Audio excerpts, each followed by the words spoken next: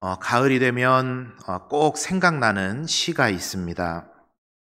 나태주 시인의 시인데 제가 한번 이 시를 여러분께 읊어드리도록 하겠습니다. 멀리서 빈다. 어딘가 모르는 곳에 보이지 않는 꽃처럼 웃고 있는 너 한 사람으로 하여 세상은 다시 한번 눈부신 아침이 되고, 어딘가 내가 모르는 곳에 보이지 않는 풀잎처럼 숨쉬고 있는 나 한 사람으로 하여 세상은 다시 한번 고요한 저녁이 온다. 가을이다. 부디 아프지 마라. 잘 낭독했나요? 이 마지막에 이 한 구절 때문에 제가 이 시를 굉장히 인상 깊게 대하게 됐고, 이 나태주 씨라는 시인에 대해서 관심을 가지고 시집을 사서 읽어보게 되었습니다. 가을이다. 부디 아프지 마라.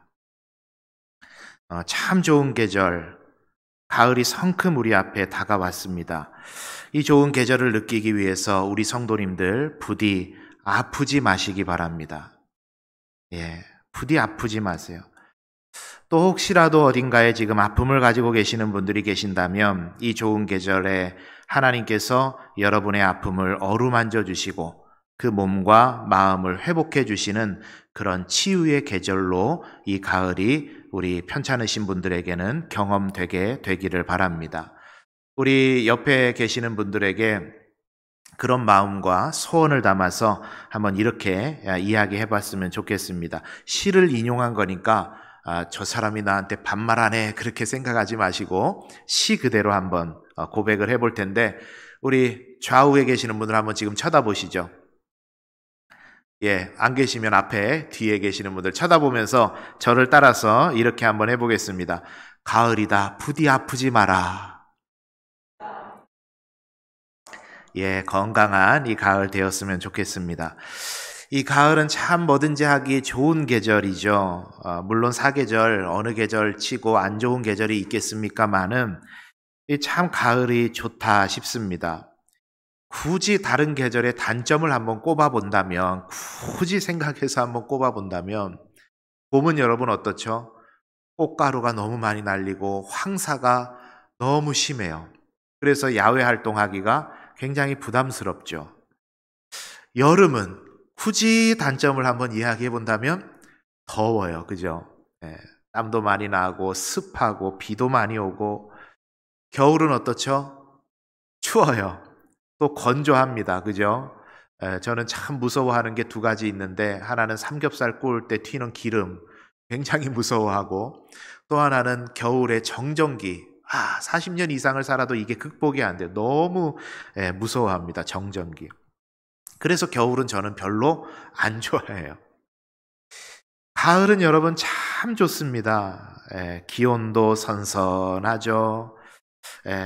공기도 참 깨끗해요. 가을은 그렇습니다.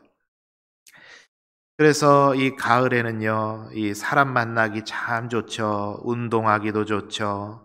산책하기도 좋죠. 책 보기도 좋죠.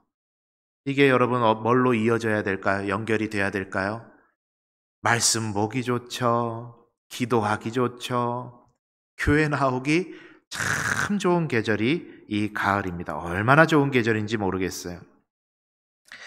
그래서 오늘은 이 가을에 우리가 문턱을 함께 지나면서 우리 연산교회 모든 성도님들이 한마음 되어서 붙잡아야 할 우리 주님을 다윗의 시편을 통해서 한번 기억해 보고자 합니다. 9월 한 달간은 가을에 드리는 우리의 기도라는 제목으로 이 시편 23편의 말씀을 강해하면서 한 절 한 절 그 의미들을 살펴보려고 하는데, 이 시편 23편은 한국 그리스도인들에게 가장 많이 암송되는 구절이 아마 이 구절이겠고, 또 가장 많이 사랑하고 좋아하는 이 시편이 이 시편 23편일 겁니다. 이 시편 23편에는 다윗이 바라고 소원하고 경험했고 또 앞으로 경험하고자 하는 하나님을 잘 그려주고 있는데, 바라는 것은 이 말씀을 우리가 몇 주간 함께 나누면서 이 좋은 계절에 우리의 삶을 가장 좋은 길로, 가장 선한 길로 인도하시는 그 하나님의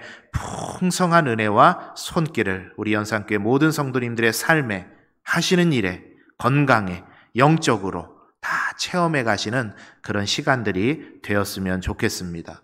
그런 의미에서 이 시편 23편이 우리의 기도의 제목이 되었으면 좋겠다. 이 가을에 한번 이렇게 생각을 해봅니다.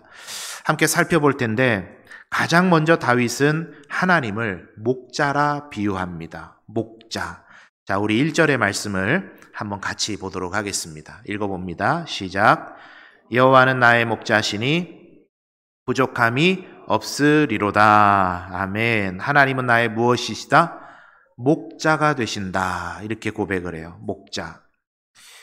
당시 고대 근동 지방에서는 왕들이 백성들에게 자신을 백성의 목자로 비유하는 것이 일반적이었습니다. 그래서 사무엘하의 말씀에 보면 하나님께서 다윗을 일컬어서 내가 이스라엘의 목자가 되며 주권자가 될 것이다. 하나님 이렇게 말씀을 하셨어요. 이것이 왕과 백성들의 관계였습니다. 왕은 백성들을 다스리고 보살피고 그 삶을 인도하는 목자로 그렇게 비유가 되었던 거죠. 그런데 다윗은 그 이해가 거기에서 끝나지를 않아요. 내가 이 백성들의 목자로서 하나님으로부터 세움을 받았지만 여기에서 끝이 아니라 다윗은 한 가지를 더 깊이 있게 묵상하면서 하나님 앞에서 고백하게 되는데 나는 백성의 목자가 되고 하나님은 나의 목자가 되신다. 이것을 다윗은 고백을 하는 겁니다. 나의 목자는 하나님이시다. 이 말은 나를 인도하시는 분은 하나님이시고 하나님의 가치관이 내 삶을 이끌어가는 주체가 된다라고 하는 것을 다윗이 고백하고 선포하는 거예요. 나의 가치관이 하나님이시다. 그것이죠. 여러분, 왜 다윗의 이 고백, 하나님이 나의 목자이십니다. 이 내용에 우리들이 주목해야 되겠습니까? 우리가 자칫 무엇인가에 이끌려서 정작 중요한 것을 못 보고 살아가기 너무 쉬운 세상이 되어버렸기 때문이에요.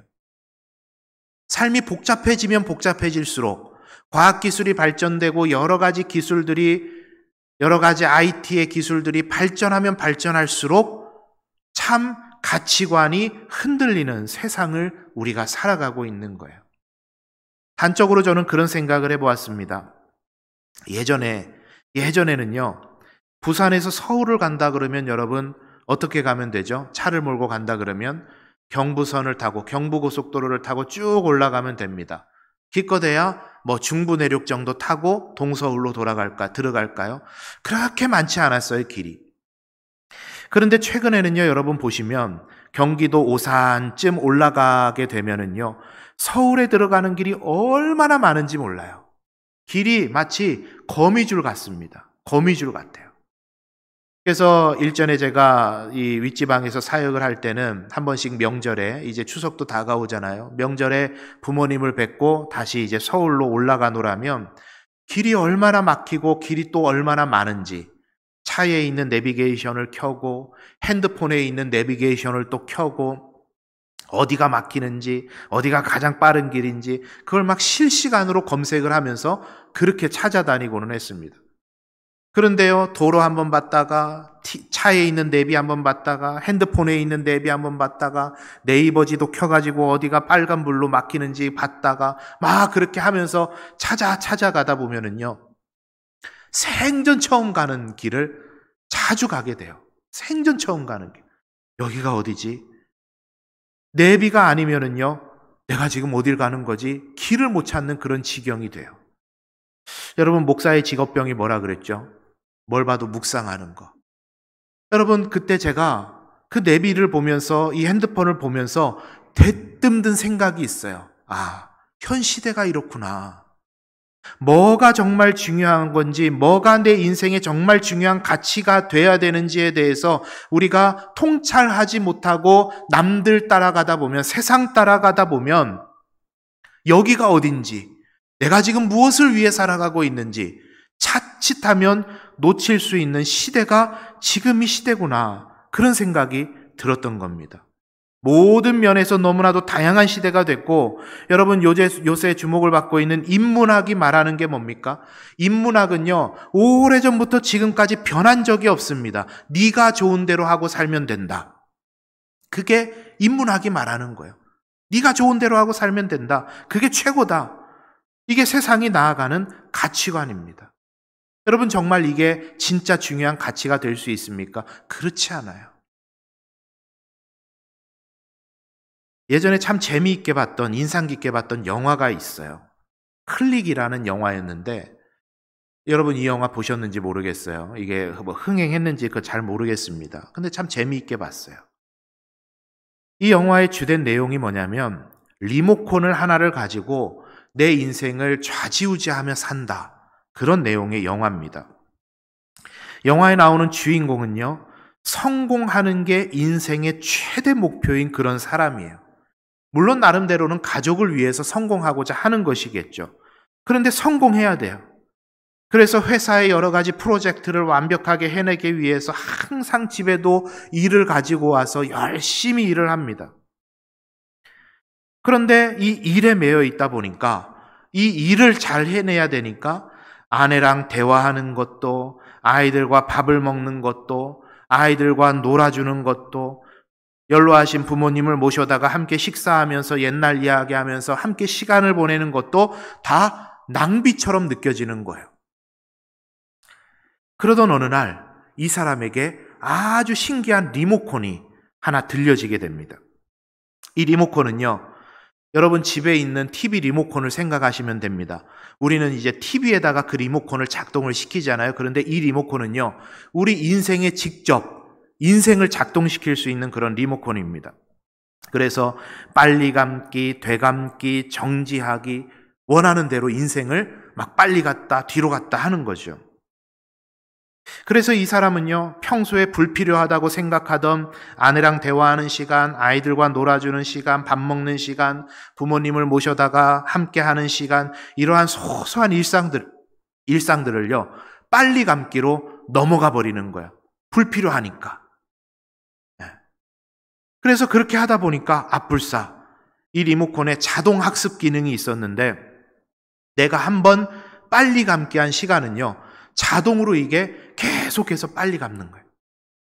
아이들과 밥 먹는 시간 한번 빨리 감기를 해버리니까요, 다음에는 내가 작동을 하지 않아도 그냥 막 넘어가는 겁니다. 그리고는 시간이 흘렀죠.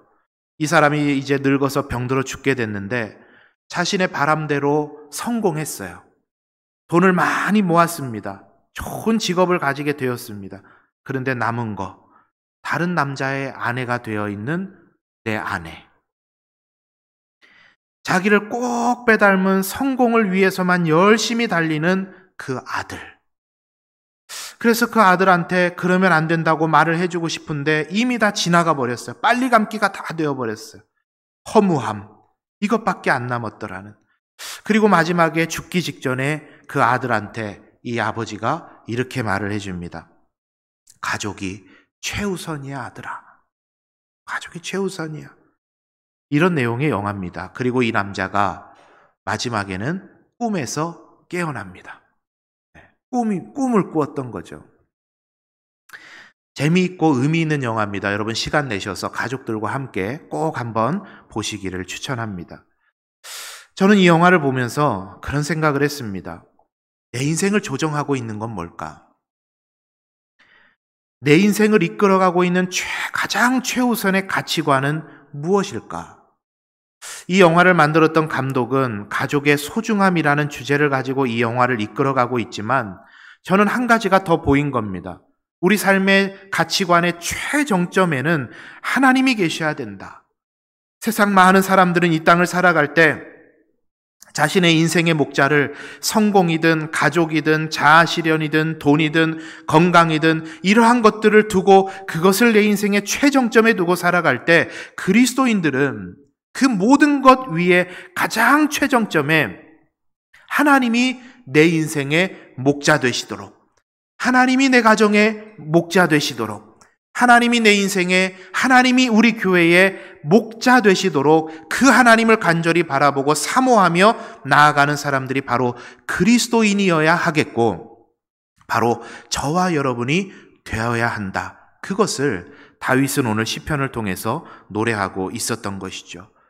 우리 사랑하는 성도님들, 이 좋은 가을 계절에 하나님을 여러분의 인생의 목자로 모시고 선포하는 여러분 되시기를 바랍니다. 혹시라도 여러분이 인생을 살아가시면서 여전히 내 인생의 목자가 여럿이라, 무엇에 가장 가치관을 두고 중점을 둬야 될지 몰라서 갈팡질팡 안정되지 못한 삶을 살아가고 있다고 느끼는 분이 계신다면, 이 좋은 계절, 가을의 계절에 하나님께서 자신의 인생의 목자 되어주시도록 기도의 깊이를 더해 가시는 그런 시간이 되었으면 좋겠습니다.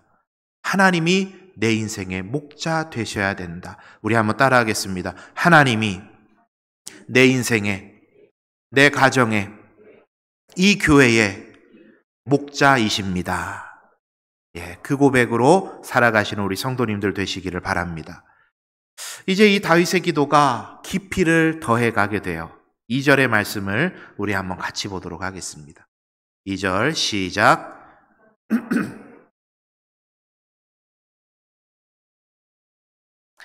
그가 나를 푸른 풀밭에 누이시며 쉴 만한 물가로 인도하신다. 여러분, 이 구절이 참 깊이가 있는 구절입니다. 깊이가 있어요. 하나님이 다윗을 쉴 만한 물가로 인도하신다. 다윗이 고백을 하는데, 이 쉴 만한이라고 하는 단어가 영어 단어로 quiet라는 단어를 씁니다. quiet. 무슨 뜻이죠? 조용하다, 이런 의미예요. 조용하다, 잔잔하다, 이런 말이죠. 당연히 여러분, 양들이 물을 먹으려고 하면 급류가 막 휩쓸리는 물보다는 잔잔하고 조용한 물이 당연히 양들이 물을 먹기에는 합당합니다. 자, 그런데 우리가 조금 주의 깊게 봐야 될 부분이 있죠. 그게 뭐냐면, 다윗은 하나님께서 나의 삶을 쉴 만한 물가, 조용한 삶으로 인도하신다, 이렇게 고백하고 있지만, 다윗이 정말로 조용한 인생을 살았을까요? 그렇지가 않았어요. 쉴 만한 물가와 같이 잔잔한 인생을 살았을까요? 그렇지가 않아요. 아직 저는 래프팅은 해보지는 않았는데, 이 래프팅을 할 만한 급류가 막 휩쓸리는 인생이 누구의 인생이요? 다윗의 인생이었어요. 여러분, 태풍이 막 올라올 때 여러분 기장 앞바다 가보셨습니까? 파도가 어마어마하게 흰 거품을 물면서 밀어닥치는 그런 인생을 다윗이 살았어요. 쉴 만한 물가가 아니었습니다. 역대상 22장의 말씀에 보면 하나님께서는 다윗은 하나님의 성전을 짓고자 하는 열망이 그 속에 가득했습니다. 그런데 하나님께서는요, 다윗에게 이런 말씀을 하시죠. 너는 전쟁을 많이 해서 피를 너무 많이 흘렸기 때문에 나의 집을 짓지 못할 거다. 네 후대에 할 거다. 그런 말씀하셨어요. 다윗의 인생이라는 것은 계속해서 전쟁하고 쫓기고 힘들고 피난 다니고 손에 피를 많이 묻혀야 되는 그런 파란만장한 인생을 살았던 사람이 다윗입니다. 쉴만한 물가 아니에요. 조용한 물가 아닙니다. 그런데 이 다윗은 왜 이렇게 고백할 수 있었을까요? 하나님은 나의 쉴만한 물가가 되십니다. 하나님은 조용한 잔잔한 삶으로 나를 인도하시는 분입니다. 왜 다윗은 이런 고백을 할 수 있었겠습니까? 지금은 풍파가 많은 시간을 내가 지나고 있지만 조금 있으면 하나님께서 모든 사람들이 부러워할 만한 편안한 인생으로 인도하실 것이라는 기대 때문에 다윗이 이런 고백을 하는 것이겠습니까? 다윗의 고백은요, 그 정도의 깊이가 있는 고백이 아닙니다. 다윗은 성령께서 주시는 인생의 포장을 잘 열어보는 눈이 있었기 때문에 그는 그렇게 고백할 수가 있었던 거예요. 다시 한번 말씀드립니다. 다윗은 성령께서 주시는 인생의 포장을 잘 열어보는 눈이 있었기 때문에 하나님은 나에게 쉴만한 물가를 제공해 주시는 분이다. 이렇게 고백할 수가 있었던 거예요. 이 말이 무슨 말인지를 설명을 드리겠습니다. 지금 수요 예배 때 계속해서 웨스트민스터 신앙 고백을 강해를 하고 있습니다. 참 은혜가 돼요. 참 좋은데 뭐라고 설명할 길이 없네요. 광고 따라하고 있는 건데 못 알아듣고 이렇게 심각하시면 저 또한 심각해집니다. 참 좋은데 바라는 것은 우리 수요 예배 성도님들 힘내서 한 분 더 나오시기를 바라요. 그래서 제가 지난 수요일에는요, 광고에 그렇게 했습니다. 우리 수요 예배 나오시는 성도님들, 마트에서도 1+1 행사하는데 나오시는 분들 한 분 더 손잡고 좀 나오시자고 그런 이야기도 드렸는데, 한번 나오시면요, 이 웨스트민스터 강해는 우리의 신앙을요 아주 세밀하게 다 이렇게 조각조각을 내는 겁니다. 조각조각을 내서 하나하나의 의미를 다 짚어보는 시간이라 생각을 하시면 됩니다. 자, 그렇게 하고 있는데 지난 시간에 이야기했던 구원론에 대해서, 성령님에 대해서 함께 공부하면서 제가 이렇게 이야기를 드렸습니다. 하나님의 일은 세상의 다양한 일들로 포장이 되어서 우리들에게 배달이 된다.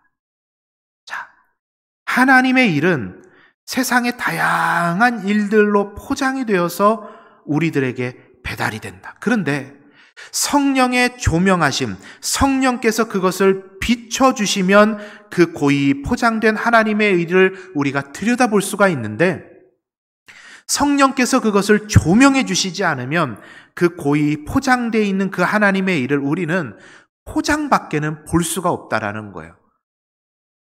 성경의 일례를 통해 여러분께 설명을 드리겠습니다. 나면서부터 맹인된 사람에 대해서 많은 사람들이 누구 때문에 이 사람이 이런 장애를 가지고 태어난 것입니까? 예수님께 물었어요. 사람들의 관심은 이 사람의 장애예요. 그것밖에는 못 봐요. 그런데 예수님은 그 사람들에게 뭐라고 말씀하시죠? 하나님의 일을 드러내시기 위해서, 나타내시기 위해서 이 사람이 이렇게 태어난 것이다, 이런 말씀을 하시죠. 하나님의 일인데 장애를 가지고 태어나는 것으로 포장이 되어 있어요. 하나님의 일인데. 바울과 실라가 복음을 전하다가 감옥에 갇힙니다. 하나님께서는 그 감옥을 통해서 간수가 구원을 받고 그 간수의 가정이 구원을 받아 그 자리에 초대교회가 서게 되는 역사를 이루어 가십니다. 하나님의 일이에요. 그런데 감옥에 억울하게 갇힘이라는 사건으로 포장이 되어 있어요. 하나님의 일인데 포장되어 있어요. 예수님께서 십자가를 지십니다. 십자가는요, 실패이고 저주입니다. 그런데 그 십자가를 통해서 하나님께서는 온 인류를 구원하시는 일을 지금 하고 계십니다. 하나님의 일인데 십자가로 포장이 되어 있는 거예요. 이렇게 하나님의 일이라는 것은요, 우리 주변에 어떠한 사건이나 모습으로도 포장이 되어 우리들에게 배달이 될 수 있습니다. 그런데 우리가 성령으로 충만하지 않으면, 성령께서 조명해 주시는 그 영적인 안목이 있지 않으면 그것은 그저 어떻게 보이죠? 장애이고 억울한 옥살이뿐이고 십자가일 뿐으로 보이는 거예요. 여러분, 다윗의 인생은 말씀드린 것처럼 금류와 같은 인생입니다. 그러나 그가 하나님은 나를 쉴만한 물가로 인도하시는 분이다 라고 고백할 수 있었던 것은 그가 하나님의 영으로 충만한 사람이었기 때문에 그 인생에 오는 그 포장을 잘 열어볼 수가 있었어요. 함께 사무엘상 16장 13절의 말씀을, 그 중반부의 말씀을 발췌했는데 한번 같이 읽어보도록 하겠습니다. 함께 읽어봅니다. 시작.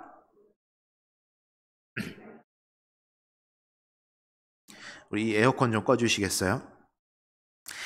이 13절의 중반부의 말씀은 이런 내용입니다. 그러자 주의 영이 그날부터 계속 다윗을 감동시켰다. 이 말씀이 있는 상황이 어떤 상황이냐면, 사무엘이 이새의 집에 가서 사울 왕을 이제 다음으로 차기 왕을 세우게 되죠. 그때 다윗에게 기름 부음을 받을 때 다윗에게 일어났던 일이 방금 읽으신 본문입니다. 주의 영이 그날부터 계속 다윗을 감동시켰다. 저는 이 말에 주목을 합니다. 그날부터 계속. 그날부터 계속. 그러니 금류 같은 인생을 그가 걸어가지만 다윗은 그 금류 같은 인생만 보는 것이 아니라 고이 포장되어서 다윗에게 전달되는 하나님의 일, 다윗을 통해서 하나님의 백성을 견고하게 하시고 그 백성을 세워가기를 원하시는 하나님의 일을 보기를 시작한 거예요. 그러니까 그 인생을 보니 금류만 보이는 게 아니라, 커다란 파도만 보이는 게 아니라 하나님께서 나를 쉴만한 물가로 인도하는 걸 보게 된 것이죠. 다윗에게 있어서 쉴만한 물가는요, 외형적인 모습이 아니라 하나님의 있고 없음의 차이였던 겁니다. 여러분 같으면 어떠세요? 쉴만한 물가라고 할 때 여러분은 그 쉴만한 물가를 어떤 그림을 그리고 계십니까? 쉴만한 물가를 그려보십시오 해서 여러분에게 붓과 물감을 드리면 여러분은 그 쉴만한 물가를 어떻게 그리시겠어요? 보통은 이렇게 그리지 않겠습니까? 잔잔한 시냇물이 흐르고 커다란 느티나무가 한 그루가 그늘을 쫙 제공을 하고 푸른 초장이 펼쳐져 있고 그 아래에서 안락의자를 하나 딱 펴놓고 새소리를 들으면서 책을 펴서 읽다가 또 고단하면 낮잠도 좀 자고 그런 편안한 그림을 여러분 그리시지 않으시겠어요? 하나님께서 지금 고생 잘 넘기고 나면 그런 모든 사람들이 꿈꾸는 편안한 삶, 안락한 삶, 사람들이 부러워하는 삶, 그런 삶으로 나를 인도해 주실 것이다. 그것이 여러분 쉴만한 물가라고 생각하십니까? 죄송하지만 꿈 깨야 돼요. 목사가 설교단상에서요, 예수 잘 믿으면 좋은 대학 갑니다. 예수 잘 믿으면 부자 됩니다. 예수 잘 믿으면 병으로부터 다 고침받습니다. 라고 하면 여러분 듣기는 너무 좋죠. 참 기대되실 거예요. 그래, 내가 한번 예수 잘 믿어봐야 되겠다. 잠시 잠깐 그런 생각하실 수 있습니다. 그런데 이걸 여러분 뭐라고 하는 줄 아세요? 우리가 그렇게 싫어하고 증오하는 정치판의 포퓰리즘입니다. 포퓰리즘. 인기 얻고자 하는 말밖에는 안 돼요. 여러분이 기대하는, 우리가 기대하는 그런 쉴만한 물가는요, 여러분이 천국 가시면 완벽하게 구현되어 있으실 겁니다. 그곳은 완벽한 삶을 우리에게 제공할 겁니다. 구체적으로 천국이 어떤 곳인지 정확히 알 수는 없지만 완벽이라는 말이면 충분한 곳이 천국이에요. 그곳에는 온전한 쉴만한 물가가 있을 겁니다. 그러나 이 땅에서는 그렇지 않죠. 수많은 일들을 우리가 이 땅에 살아가면서 경험하게 됩니다.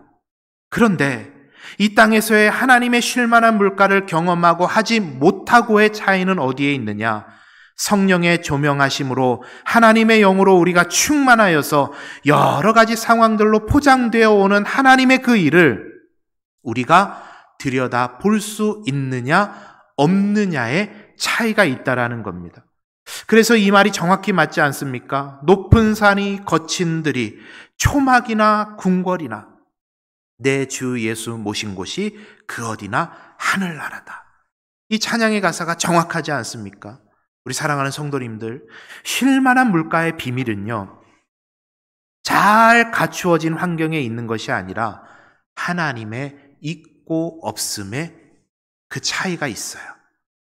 아무리 좋은 세상의 것들을 다 쌓아놓고 있어도 그곳에 하나님이 계시지 않으면 그곳은 지옥입니다. 아무리 혹독한 환경에 처해 있어도 그곳에 하나님이 계시면, 그 삶의 자리에 우리와 하나님이 함께 계시면 그 자리가 쉴만한 물가가 되는 것입니다. 다윗이 그것을 지금 고백하는 겁니다. 우리를 쉴만한 물가로 인도하시는 하나님을 이 가을에 깊이 누리고 체험하시기 위해서 기도의 깊이를 더해 가시는 우리 성도님들 되시기를 바랍니다. 어떠한 형편과 환경에 처해 있을지라도 주님 때문에 내가 기뻐할 수 있습니다. 주님이면 내가 만족합니다.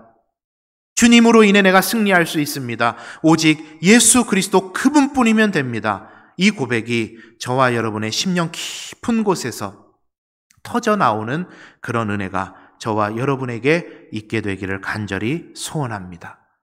이런 말씀을 정리하겠습니다.